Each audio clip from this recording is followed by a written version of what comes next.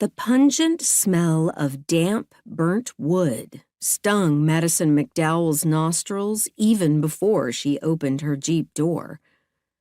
She glumly shook her head as she took in the vicious devastation of what used to be the loveliest section of the McDowell's family Christmas tree farm.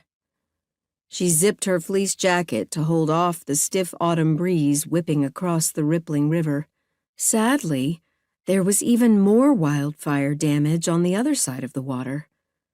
The once valuable Douglas fir timber growing straight up the side of the steep ravine was now reduced to row after row of blackened skeletal poles.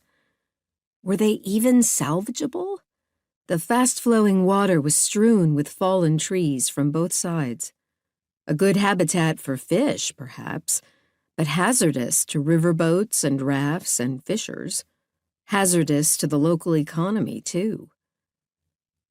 Maybe she'd made a mistake in stopping by the burnt acreage before heading up to the old farmhouse, but curiosity had gotten the best of her. According to her sister, Addie, who'd been helping their grandmother manage the farm since their dad died, only part of their land had been damaged by last year's wildfire. But from this vantage point, it looked far worse than Madison had imagined. She looked east to where the Thompsons' neighborhood hazelnut farm was. Unrecognizable. Addie had told her how the Thompsons were burnt clean and how nothing, including their home and outbuildings, had survived.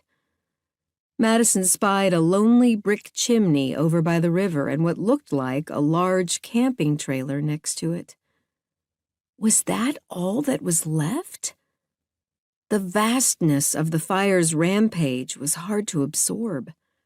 She'd seen photos and videos while overseas, but nothing compared to seeing the place firsthand. Her eyes stung with unshed tears that she blamed on the acrid air that hung heavy in the aftermath of the morning rain. But the lump in her throat belied her. How could one not react to so much loss and devastation? She marveled at how cool Addie had sounded when she'd written Madison the full report last year. But other than the fate of the Thompsons, she'd barely mentioned the state of the rest of the area. Madison still wasn't sure who had been hit and who had been spared.